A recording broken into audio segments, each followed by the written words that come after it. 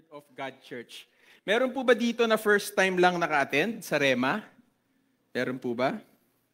Huwag pong mahiya, taas ang kamay, hindi ko po kayo tatawagin dito. Si Mimay. First time this month. Joke lang. Okay. Pinagtitripan nyo ha. Sige, pero welcome Mimay. At sino pa ba? Sino pa? First time. Brother, naka-red. Welcome po. So, wini-welcome ko kayo at as we welcome also the presence of the Lord, tayo po ay, we are in the last day of November. Amen? Amen? At ano na bukas? December na mga kapatid. Amen? Lumalabig na ba ang hangin? Parang hindi pa eh. Mainit pa din. Pero, bukas, December na. Actually, nung September 1, Pasko na dito sa Pilipinas eh. 'Di ba? Sabi nila, ang Pilipinas daw ang bansang may pinakamahabang Pasko. Naniniwala ba kayo doon? Ako, somehow naniniwala ako eh. Bakit? Once nag-September, okay? Once nag-September, nag-iiba na yung nag-iiba na yung atmosphere, 'di ba? Saan natin makikita yan? Lalong-lalo sa mga mall. Sino dito yung mga laman ng mall? Di ba? Kasi mainit. Wala namang gagawin sa bahay. So, sa mall na lang tayo tumambay. Okay? Ayan, si Brother Steve. Congratulations, brother. Okay, so, once nag-bear month na, ang mga Pilipino, sineselebrate na yung Pasko. Or in some form or way. Di ba? Unang-una, nagbabago yung mga tugtog sa mall. Di ba? Hindi na nga wake me up when September ends eh. Pagdating ng September 1, whenever I... Di ba? Agad-agad. Yun na kaagad. Okay? Ano pa? Dumadami yung mga decorations, di ba? Ngayon, nakikita niyo naman, ang ganda ng mga decorations natin. Thank you po. Kanino ba? Kila Ate Tess at kila Ate Joy na nag-decorate ng ating... Palakpakan naman po natin sila. Nang dahil sa inyo, meron tayong magandang decoration. O ano pa? Humahaba ang mall hours, di ba? Dati nagsasara na yan ng 8 or 9? Ngayon parang 10 or 11 na, di ba? So naghahumahaba ang mga mall hours, nagkakaroon ng mga sale. Ano ginagawa nila? Kinokondisyon nila yung mga tao na gumastos. Di ba? So ito na, pagka naririnig na natin yung it's beginning to look a lot like Christmas. Na, na, na, na. Bumubunot na rin tayo ng wallet kasi ang daming ang mga bargain, ang daming mga deal, ang dami rin nating naiisip na kailangan nating paghandaan. No? Kasi nagpapasko na nga. Okay? Ano pa? Sa ating neighborhood, di ba? Mga kapitbahay natin, nagsasabit na ng mga parol, ng Christmas tree, Christmas lights, yung mga barangay, naglalagay na ng mga lanterns or whatnot. Di ba? Ano pa? Dumadalas na yung mga nagdo-doorbell at nag-aabot ng mga sobre. Di ba? Yung mga naghahatid ng dyaryo, may pasobre na yan. Sinaghatid ng mga bill natin, ng internet, tubig. Di ba? Yung mga school service ng mga anak natin, di ba? Nag-aabot na ng mga sobre. Kahit yung mga kolektor ng basura, di ba? So yun, dumadami na,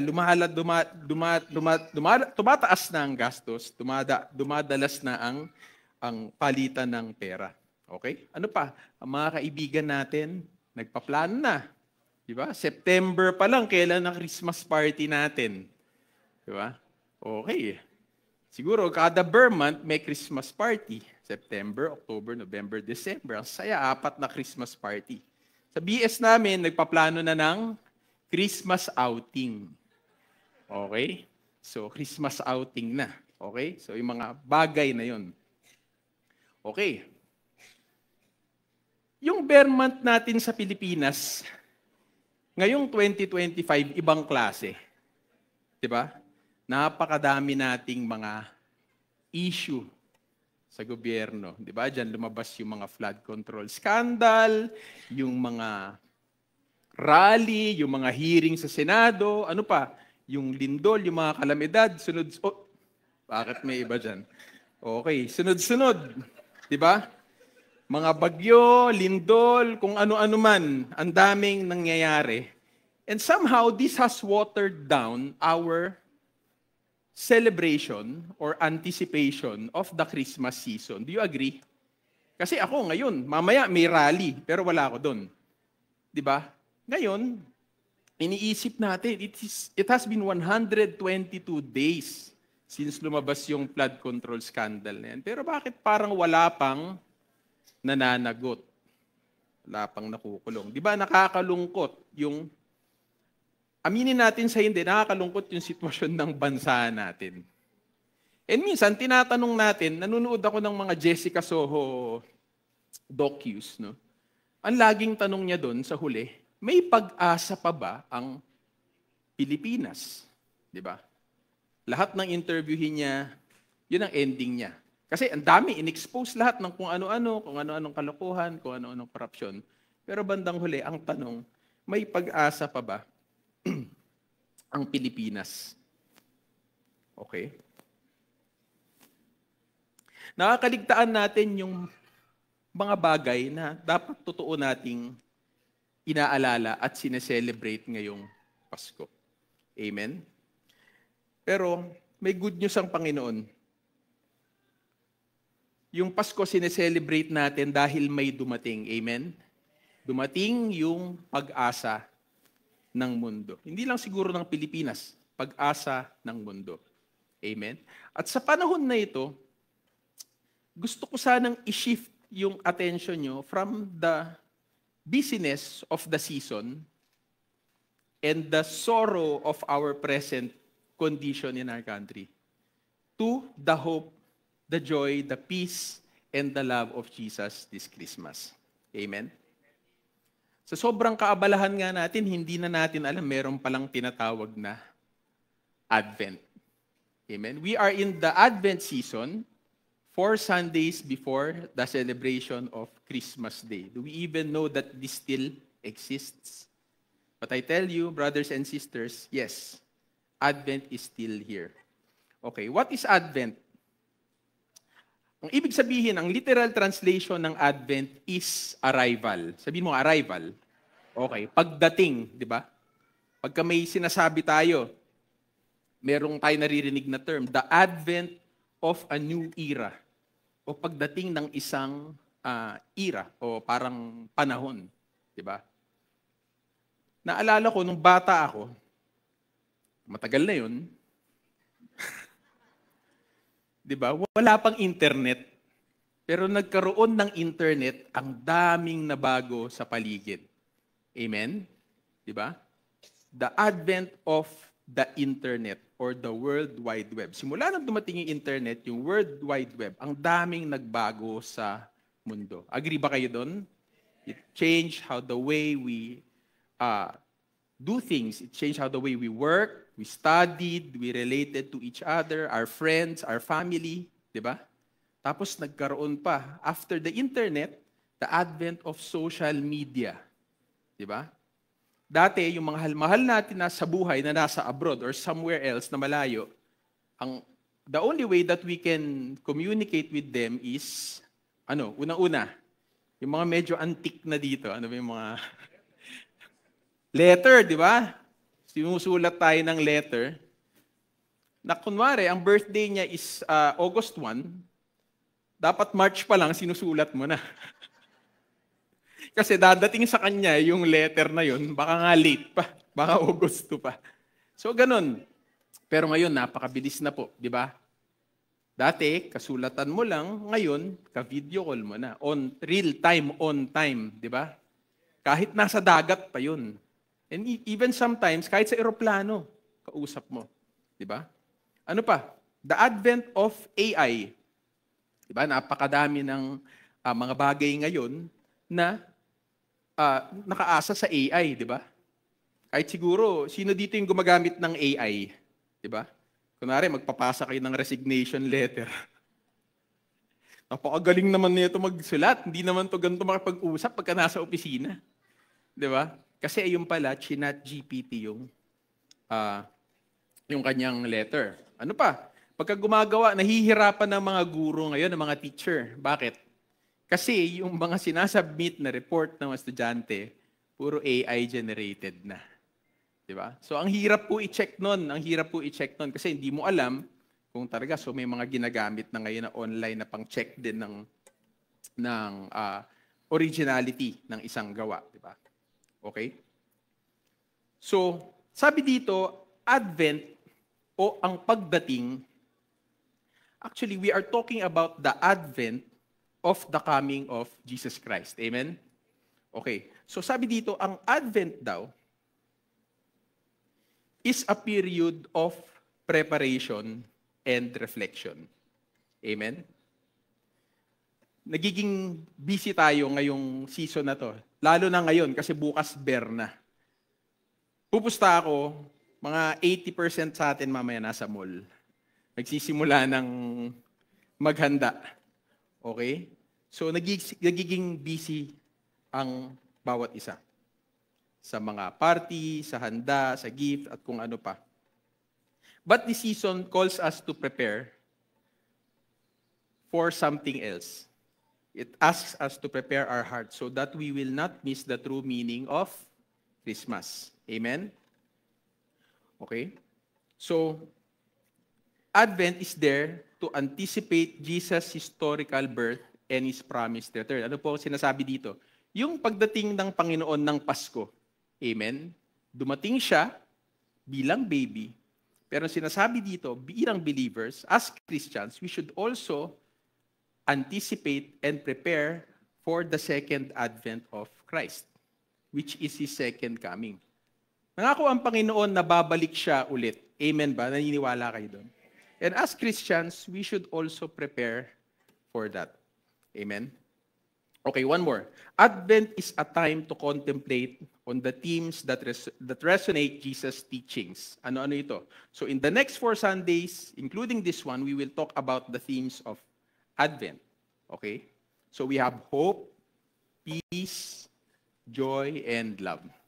Amen. And this morning, I was assigned to discuss to you or talk to you about the hope of Christmas. Okay? So hope ang topic natin ngayon. Our text comes from Luke 2:25 to 35. Nababasa niyo pa ba? Okay, so kung nababasa niyo, let us read together. 1, 2, 3, go. Now there was a man named Simeon. There was a man in Jerusalem named Simeon. Called Simeon. Ano ba? Teka, sorry, ako yun eh.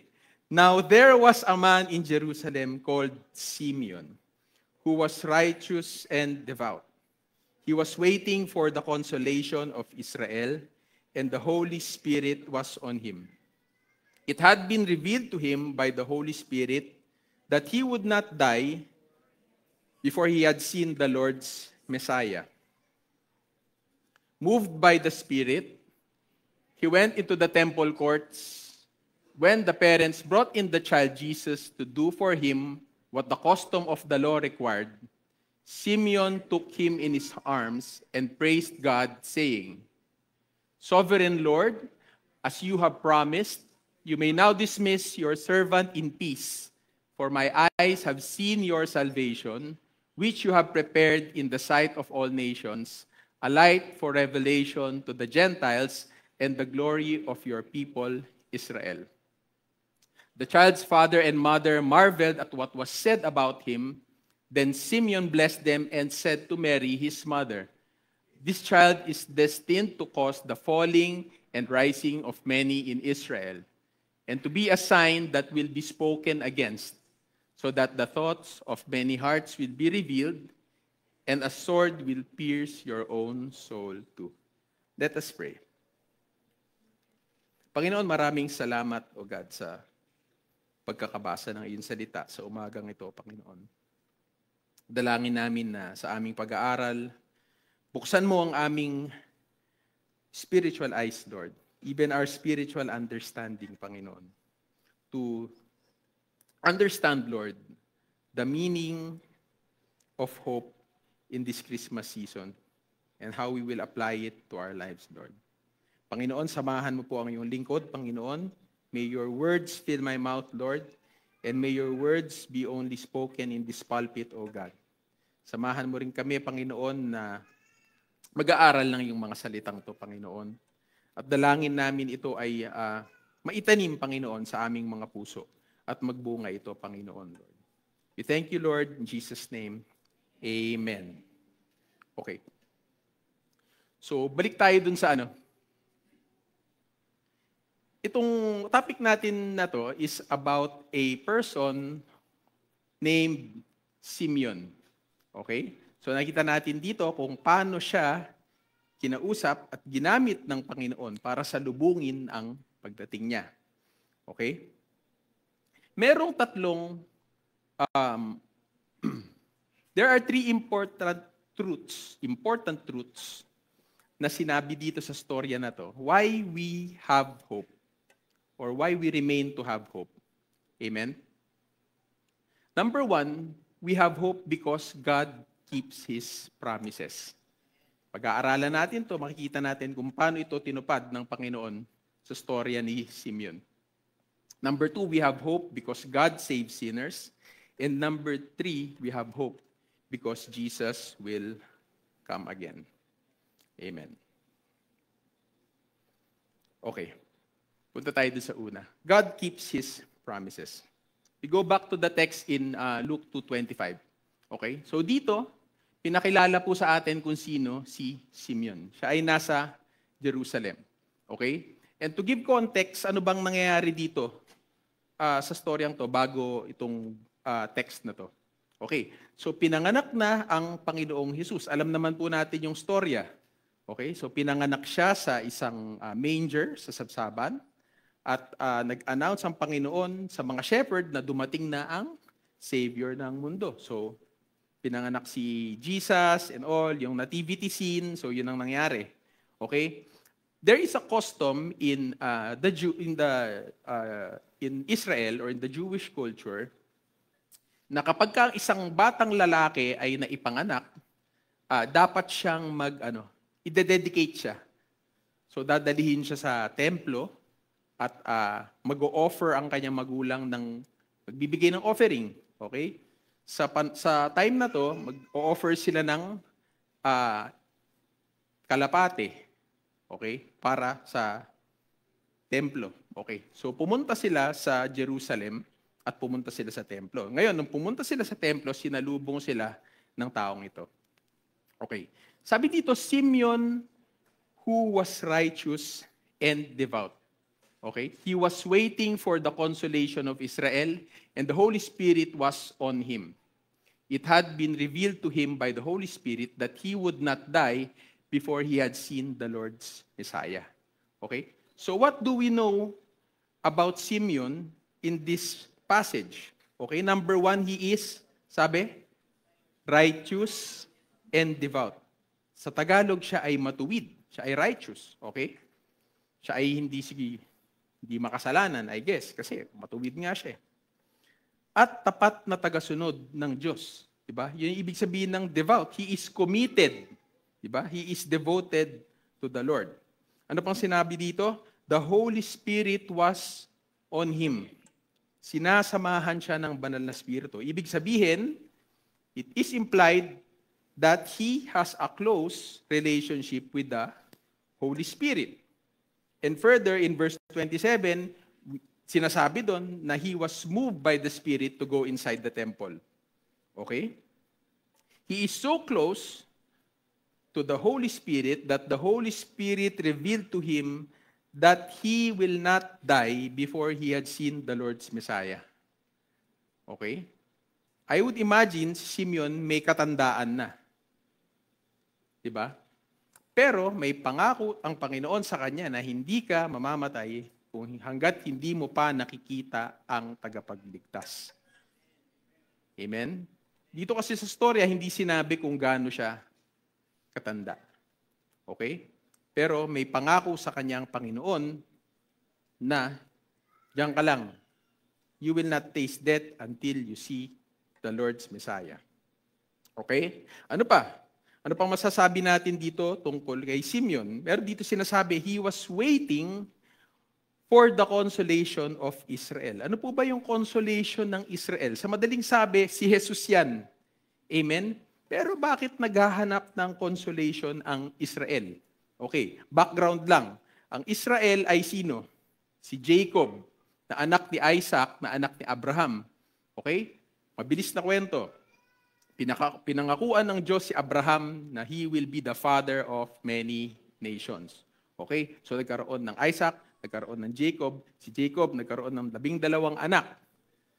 Pinangalanan si Jacob, God blessed him and named him Israel. Mula kay Israel, doon nanggaling yung nation ng Jews, okay? Ng mga Hudyo. Okay, so dumami sila. At binigyan sila ng Panginoon ng sarili nilang lupain, yung the land of Canaan, di ba?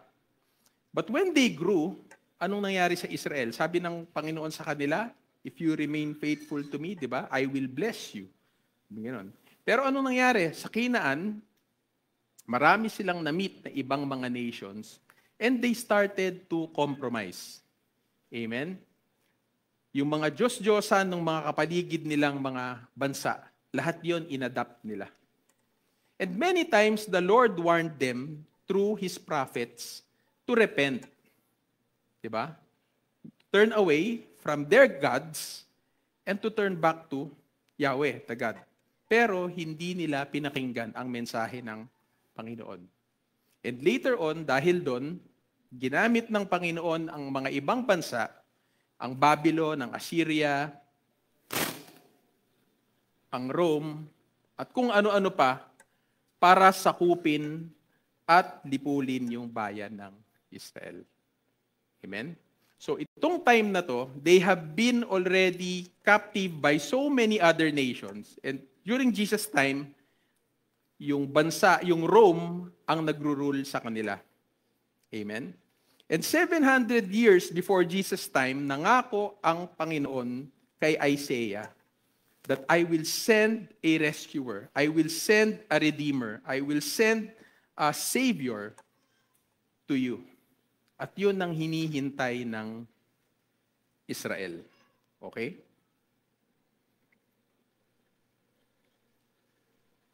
So sabi dito, hindi naman siguro 700 years old si Simeon. Pero sabi dito, he was waiting. Okay? I would like you to focus on the word waiting. Waiting is one of the hardest things to do. Do you agree? Amen? Ang hirap maghintay. Bakit? Kasi nakakapagod maghintay. Diba? Kahit hindi ka gumagalaw, nakaupo ka lang sa isang tabi, pero naghihintay ka, napapagod ka. Bakit? Why? Because waiting makes you feel helpless. Parang wala kang magawa. Diba? You have no control.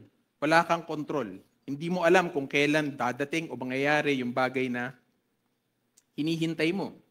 It makes you feel helpless. Okay? What else? Waiting gives you uncertainty that breeds fear and anxiety. Diba? Often causing negative thoughts. Diba? Kunwari, you're hoping for the best, but at the back of your mind, you are expecting the worst. Diba? Nagpa-check up ka, hindi mo alam, hinihintay mo yung diagnosis ng doktor. Diba? Cancer na yata to. Ayun pala, ingrown lang. Okay? So you're expecting the worst, even if you're not required to. Pero inaano mo na kaagad kung ano yung worst case scenario. Okay? Ano pa? Waiting results in a lack of clarity. Amen? Walang kalinawan, walang kasiguruhan, hindi mo alam kung kailan darating. Restless ka kasi wala kang magawa, di ba? Aligaga ka, parang walang katapusan yung oras ng paghihintay, pahaba ng pahaba. Amen? Sinong nakaka-relate? Okay, kung nagmamaneho ka ng sasakyan, di ba? Nakakainis maghintay. When you're stuck in traffic, ano pa? Kunwari, tatawag ka sa bangko o kaya sa PLDT o kaya sa Sky Cable o kaya sa Globe. Diba? Tapos may customer service hotline. Hotline na nga eh. Parang nanglalamig yung hotline nyo. Diba? Wala akong makausap. Pipindutin ko 7, tapos ganito. Tapos yun, tapos tut, tut, tut, tut. Wala na. So, by the time na makausap mo yung customer service, galit ka na. Okay? Ano pa? Alam niyo ba yung term na hungry? Yung kapag ka naghihintay ka ng order mo, tapos gutom na gutom ka na, tapos ang tagal nung order mo dumating. Tapos pagdating, mali. Mali yung na ibigay. Drive-thru yun, nakauwi ka na. Wala nang pag-asa, di ba? So, kakain ka ng masungit, kakain ka ng galit. Okay, so ang daming example, okay? Nakapila ka sa check-up mo sa hospital. Pupuntahin ka ng 7. Tapos yung check-up mo mangyayari mga 12:00 na, di ba? Ang tagal na paghihintay. Okay? Ano pa? Yun. Pila sa CR. Naku, nakaka-stress yan. Nakaka-stress yan pagka pila sa CR. Lalo na kung number 2. Di ba? Number 1, madali-dali. Pero nakaka-stress talaga. Kahit na hindi mainit pagpapawisan ka. Okay? Ano pa? Pagka naghihintay ka ng padala, di ba? Pambayad sa tuition, pang-enroll, pambayad sa hospital bill, panggasto sa araw-araw. Or naghihintay ka ng physical healing o ng recovery, di ba? Meron kang hinihintay na kagalingan. Minsan, nakakapagod, minsan nakakasawa. But brothers and sisters, I want you to know that God can meet us in the waiting. Amen? Na habang naghihintay tayo, habang hindi dumadating yung bagay na inaasam natin or nilolong natin or inaasahan natin, God can meet us in that part of our lives. Amen? I have examples here na sa Bible, di ba? Kilala niyo si Shadrach, Meshach, tsaka si Abednego. Di ba? Sila yung tagasunod ng Panginoon dun sa Babylon, na dahil ayaw nila i-denounce yung kanilang faith, anong ginawa sa kanila? Pinatapon sila dun sa kulungan ng mga leyon para ipakain sila sa mga layon. Isipin nyo na lang, mag-isip kayo ng dalawang best friend nyo. Okay? Imagine niyo sila. Nasa kaliwat kanan nyo sila. Okay? Tapos, ilalagay kayong tatlo sa kulungan ng leyon na hindi pa kumakain. Diba? Ay, di. Ano pala sila sa apoy pala? Sorry, si Daniel pala yung pinag-uusapan ko. Si Daniel pala yun. Okay. Anong ginawa dun sa kay Shadrach, Meshach? O sige, tayong tatlong magkakatropa, ilalagay kayo sa oven. Yung palang nangyari sa kanila. Ilalagay kayo sa oven. Okay? So, pagka nilagay kayo sa oven, I would imagine na hindi sila siguro sumigaw eh. Kasi sabi sa Bible, di ba, nung nilagay sila doon, at yung mismong naghatid sa kanila, yung nagbukas ng pinto ng oven, nasunog yun. Nasunog yung gwardyang yun na nagpasok sa kanila doon. But after a while, nakita na sa loob ng oven, may 3 anino. O parang may, di ba? At sila yun, hindi sila nasunog. O imagine mo na lang si Daniel na nilagay dun sa lions din, di ba? Gaano kaya nila katagal hinintay yung yung redemption ng Panginoon? Di ba? Kailan nila hintay na, Lord, alisin mo na ako dito? Hindi eh. Habang nandun sila, sinamahan na sila ng Panginoon. Amen? So God can meet us even in the middle of our waiting. Amen? May hinihintay ka ba ngayon? May hinihintay ka bang financial na need? I would like you to know that even if you still have that need, God can meet you in the middle. Hindi mo alam, baka yung financial need na hinihintay mo, pambayad mo sa hospital bill or whatever, hindi mo alam, kumikilos na pala ang Panginoon. binabawasan na niya pala yung bill mo. Na bandang dulo, yung hospital pa magbabayad sa'yo. Hindi, joke, hindi nangyari yun. Di ba? Bandang dulo, wala ka na palang babayaran. O kung may babayaran ka lang, konti na lang. Amen? Minsan, naghihintay ka ng kagalingan mo. Di ba? Lord, pagalingin mo ako ng ganito. Pero hindi mo alam na habang pinagdadaanan mo yan, may pagagawa sa iyo ang Panginoon. Kaya ka pa niyang gamitin sa ibang area. Amen? God can meet us in our waiting. Sabi sa Isaiah chapter 40 verse 3, "But they that wait upon the Lord shall renew their strength. They shall mount up with wings as eagles. They shall run and not be weary, and they shall walk and not faint." Yun daw pong marunong maghintay, umasa, magtiwala sa Panginoon. Pinalalakas daw po nila ang kanilang sarili. Amen? Napag-usapan natin kanina, nakakapagod maghintay. But dito sa story ni Simeon, habang naghihintay siya, hindi siya nawawalan ng pag-asa. Bakit? The Lord continually renews His strength. Diba? Ini-imagine ko, araw-araw pumupunta ng templo yun, nag-aabang. Anticipating. And it might not be just days. It could have been weeks. It could have been months. Or even years of waiting. Of going to the temple daily. Diba? Anticipating that the Savior, the consolation of Israel, the Savior of the world, will finally show up. Waiting upon the Lord is not passive. Okay? It involves an active participation from us. Ano ibig sabihin nun? Meron kang ginagawa. Hindi ka lang nakanganga. Diba? When you are waiting on the Lord.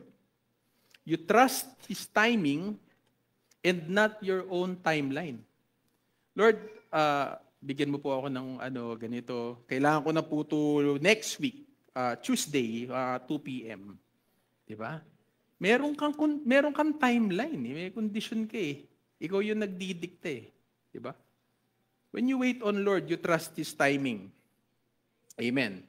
When you wait on the Lord, you maintain a close relationship with Him. Amen? Hindi ka lumalayo sa Panginoon. Okay? Meron akong naririnig, saka na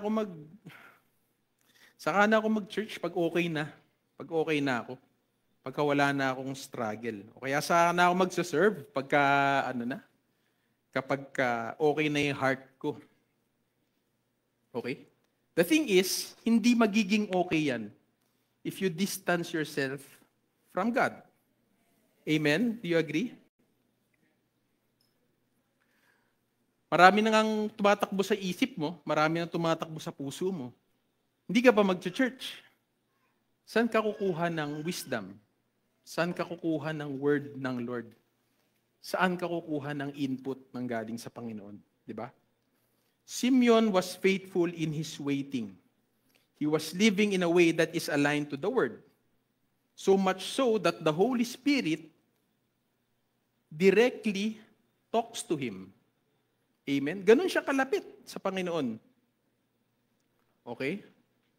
He was living in a way aligned with the Word of God. He was righteous and devout, meaning he was not living in sin and in disobedience. Diba? He was walking in step with the Lord during his waiting. When we wait on the Lord, our strength is renewed.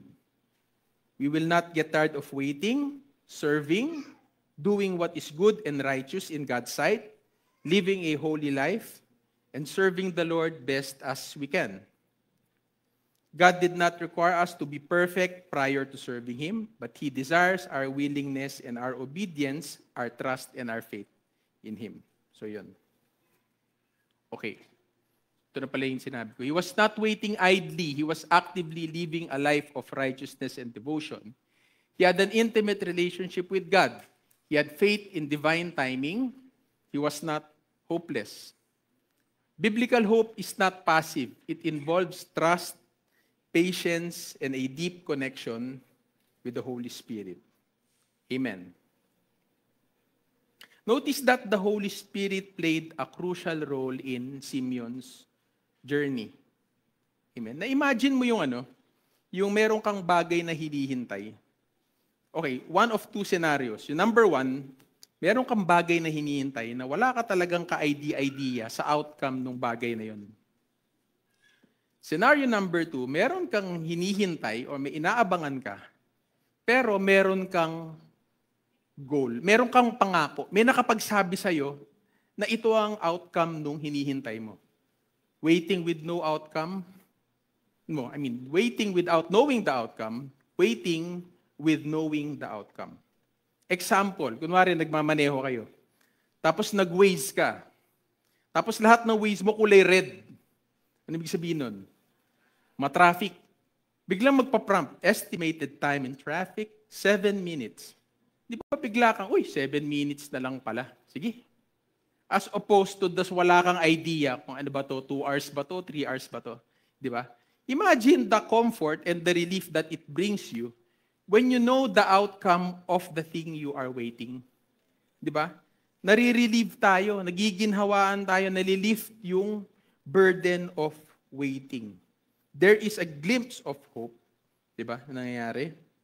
Naalala ko doon, nandun kami sa Isabela 2 weeks ago, nung kasagsagan ng bagyo, nung super typhoon. Di ba? Nung gabi, talagang walang kuryente kasi. Walang kuryente, madilim yung paligid, tapos napakalakas ng hangin, sumisipol, sobrang lakas, may mga gumagano ng mga bubong, maingay, ganyan-ganyan, tapos madilim. Di ba? Medyo nakakatakot. Ngayon, naalala ko lang to. Sabi yung ganun. Kahit na merong ulan ngayon, bagyo ngayon. Pagkaraan ng ilang oras, sisikat yung araw. Amen? Kahit gaano kadilim yan, bukas sisikat yung araw. Paano kung wala akong idea? Na wala ako sa hinagap ng isip ko na wala nang sisikat bukas, di ba? Ang hirap nun. But ito, mga kapatid, ang maganda sa atin, meron tayong living hope. Amen? Kahit anong pinagdadaanan na bagyo, unos, hirap, challenge, issue sa buhay, nangako ang Panginoon na meron tayong living hope. Pag-asa na buhay. Pag-asa na pwede mong dasalan at pinakikinggan ka. Hindi yun dadasalan mo at hindi mo alam, narinig ba ako nun? Kahoy yun. Di ba? Buhay yung pag-asa natin, mga kapatid. At yung pag-asa natin, His name is Jesus. Amen. When Simeon finally received what was promised to him, he responded in worship. Sabi dito sa Luke 2:27, moved by the Spirit, he went into the temple courts. When the parents brought in the child Jesus to do for him what the custom of the law required, Simeon took him in his arms and praised God, saying, Sovereign Lord, as you have promised, you may now dismiss your servant in peace. O sa ibang salita, dahil nakita ko na yung fulfillment ng pangako mo, Panginoon, pwede na akong mamatay. Diba? Pwede na akong umalis. Siguro ang tanda na talaga ni Simeon, yung tipong pagpunta ng templo, napaka-challenging na, diba? For my eyes have seen your salvation, which you have prepared in the sight of all nations, a light for revelation to the Gentiles and the glory of your people, Israel. Okay? So dahil dyan, anong ginawa ni Simeon? Siya ay nagpuri at nagpasalamat sa Panginoon. Amen? Now that we know that we have hope, we have a living hope, di ba? Meron tayo, God meets us even in our waiting, and we know that our waiting has a good outcome. How should we respond, my brothers and sisters? We respond in worship to the Lord. Amen? Kahit hindi pa dumadating yung inaasahan natin, tayo ay nagpupuri na at nagpapasalamat na sa Panginoon. Amen? Amen. Okay. So let's move on to the second thing. We have hope because God saves sinners. tuloy lang po natin. Sabi sa verse 30, "My eyes have seen your salvation, which you have prepared in the sight of all nations, a light for revelation to the Gentiles and the glory of your people Israel." Okay? Sabi dito ni Simeon, kaligtasan ng buong mundo. For the Israelites and the Gentiles as well. Amen? Sabi dito, Jesus came as a light to reveal salvation to everyone through Him. Sinabi nating everyone, inclusive yun. Diba? Lahat. Diba? Lalaki, babae, bata, matanda, diba? Itim, maputi, diba? Para sa lahat. Okay? Regardless of your nationality, race, gender, by the way, there's only two. Whatever your dialect is, diba? Sabi dito, Jesus came for you. Amen? Our favorite memory verse, John 3:16 to 17, "For God so loved the world that He gave His one and only Son, that whoever believes in Him shall not perish but have eternal life.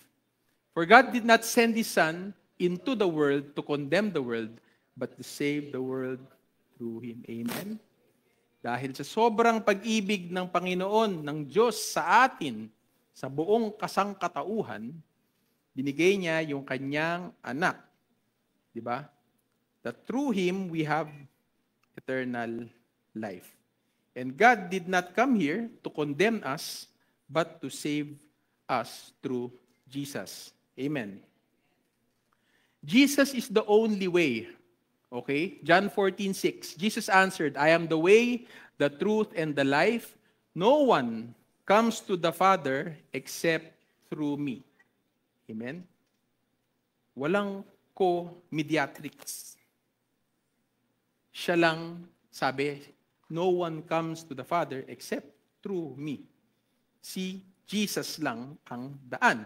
Amen? While the salvation is inclusive, it is for everyone, the way to salvation is exclusive. Isa lang ang paraan. It is through Jesus Christ. Amen? Ephesians 2:8-9 says, "For it is by grace you have been saved through faith, and this is not from yourselves, it is the gift of God, not by works, so that no man can boast." It is your faith in Jesus Christ and what He has done in the cross, and that He rose up from the dead, that saved you. Not by doing good works, not by being good. Diba? It is only by the grace of God through your faith in what Jesus has done. Amen? I'm sure, alam na natin tong mga verses na to eh. Diba? Pero, pasadahan na lang natin. Okay. Jesus completely paid for our sins. Sabi sa 1 Peter 3:18, "Christ Himself suffered when He died for you. And with that one death, He paid for your sins. He was not guilty, but He died for people who are guilty. He did this to bring all of you to God. In His physical form, He was killed, but He was made alive by the Spirit." Okay? So, in-endure niya yung suffering. Naalala ko yung message si Brother Chris last week, di ba? Yung crown of thorns, yung scourging, yung paglalatigo sa kanya, di ba? So, naalala ko yung sakit nun. Di ba? In-endure lahat yun ng Panginoon. Sabi ng Panginoon, di ba? Through the stripes of Jesus, we are healed. Di ba? In-endure niya yung shame, yung mocking na yon. Bakit? Para we can live with honor. Amen? He died for our sins, so you do not have to die for yours. Amen? Alam ng Panginoon na hindi natin kaya pagbayaran yung kasalanan natin. Amen? That's why He sent His Son. Diba? Sabi dito, "And with that one death, He paid for your sins." Amen? Hindi na kailangan paulit-ulit ng mamatay ng Panginoon. Tuwing nagkakasala ka. Kunwari, kahapon nagkasala ako. Sige Lord, hindi ko na ulitin. Tapos, ngayon, pagising pa lang, yun na naman. Diba? Mga kapatid, kinover na ng sacrifice ni Jesus yung mga kasalanan mo yun. At yung mga future na sins mo. Amen? He was not guilty, but He died for people who are guilty. Sino yun? Ako yun. Tsaka ikaw rin. Diba? Tayo yun. Di lang ako. Diba? He did this to bring all of you to God. Okay? Amen. Sabi dito, His physical form was killed, but He was made alive by the Spirit. Ito yung sinasabi natin kanina, we have a living hope. Diba? Buhay. Yung tao, yung Diyos na pinaniniwalaan natin, buhay. Amen? Nasa langit, seated at the right hand of God. Diba? Interceding for us whenever we have troubles. Diba? Whenever we are tempted, whenever we have challenges in life, Jesus intercedes for us. Amen? This is why Simeon rejoiced and worshiped God, because without Christ's coming, all of humanity is hopeless. And so too we can rejoice because we know that God's salvation is not based on our personal merit, but on His grace. Amen? Kung susukatin lang ang merit ng bawat isa sa atin, it will not meet God's standard. Amen? But Jesus died and paid the price for you and met the standard so that you who has Him in you can represent you in front of the holy throne and presence of God. Amen? Praise you, Lord. Okay, so last, we have hope because Jesus will come again. Ito yung napag-usapan natin kanina, that Jesus came in His birth and He died so He can pay for our sins, but then He will come again for His people. Amen? Ano ibig sabihin yan? Okay. Punta muna tayo sa verse natin. The child's father and mother marveled at what was said about him. Then Simeon blessed them and said to Mary his mother, "This child is destined to cause the falling and rising of many in Israel, and to be a sign that will be spoken against, so that the thoughts of many hearts will be revealed, and a sword will pierce your own soul too." Okay? Upon encountering Jesus, Simeon foretold that he would serve as a dividing force, leading us to both the rising and falling of many people and revealing of the innermost thoughts of many hearts. Okay?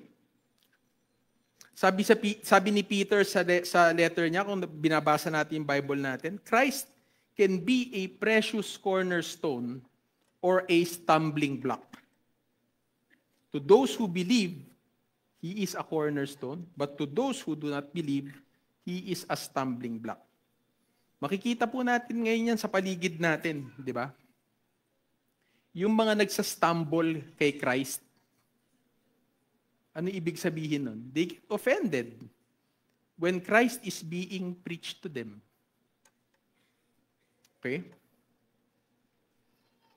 This is a sign that we are truly living in the end times. Diba? I-share mo na.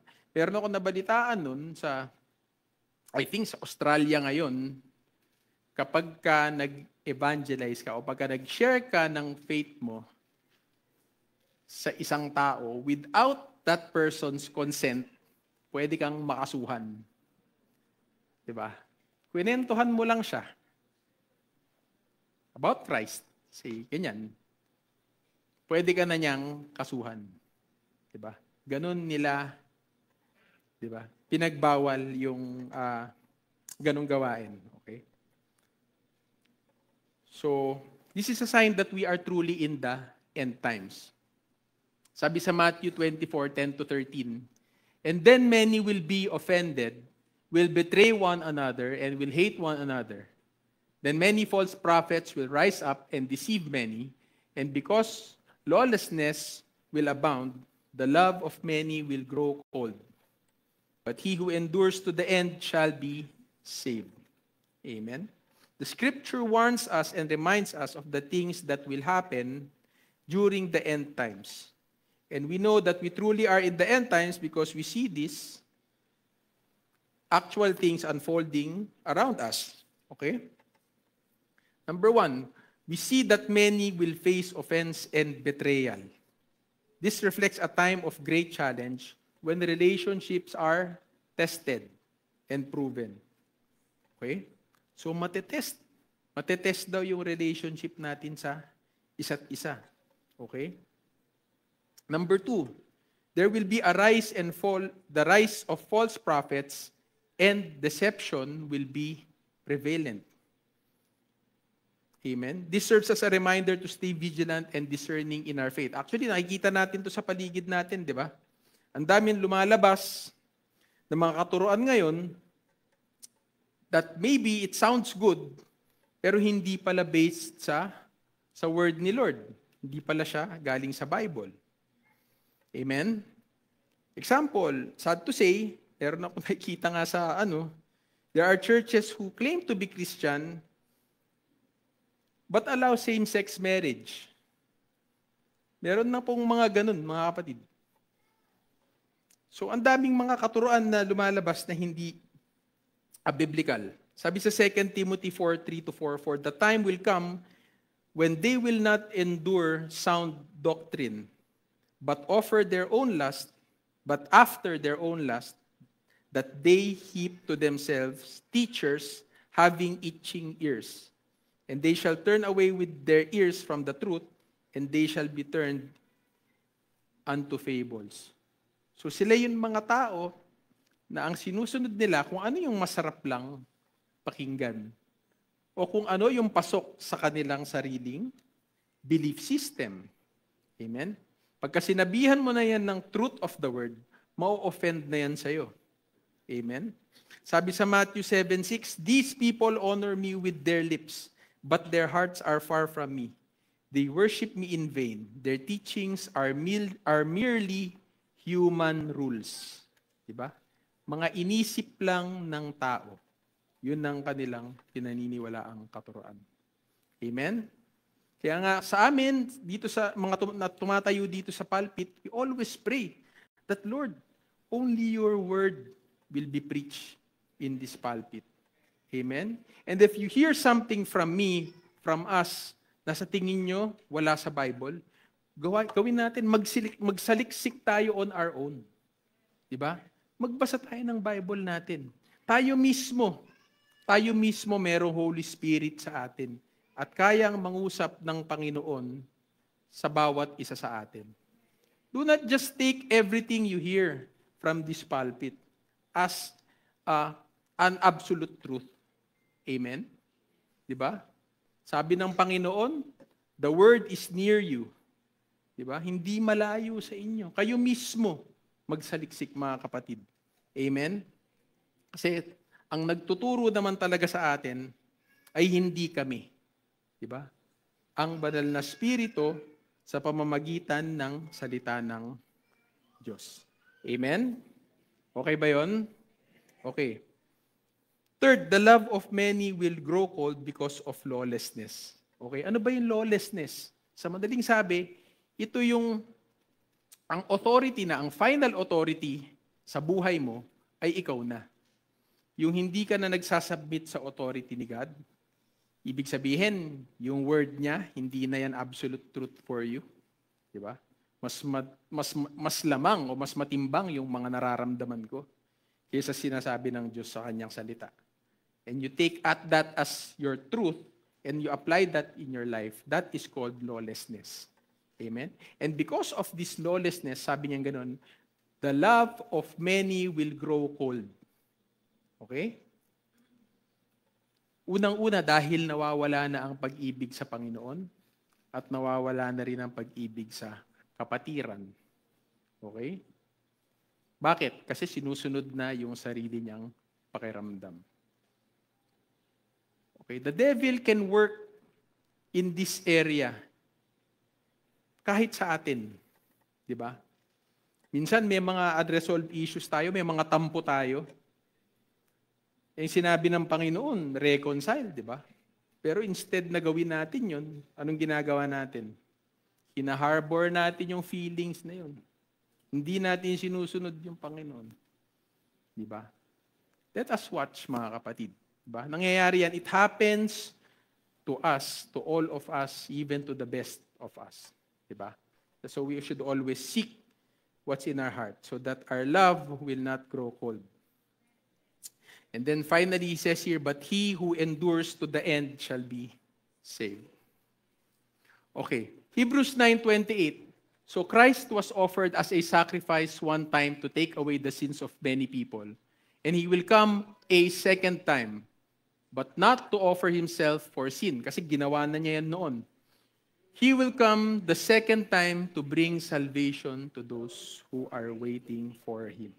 Again, that word, waiting. Diba? Those who are waiting for him, diba? He will bring salvation to when he comes again. Okay. Gaya ng paghihintay ni Simeon. Amen? Simeon waited actively.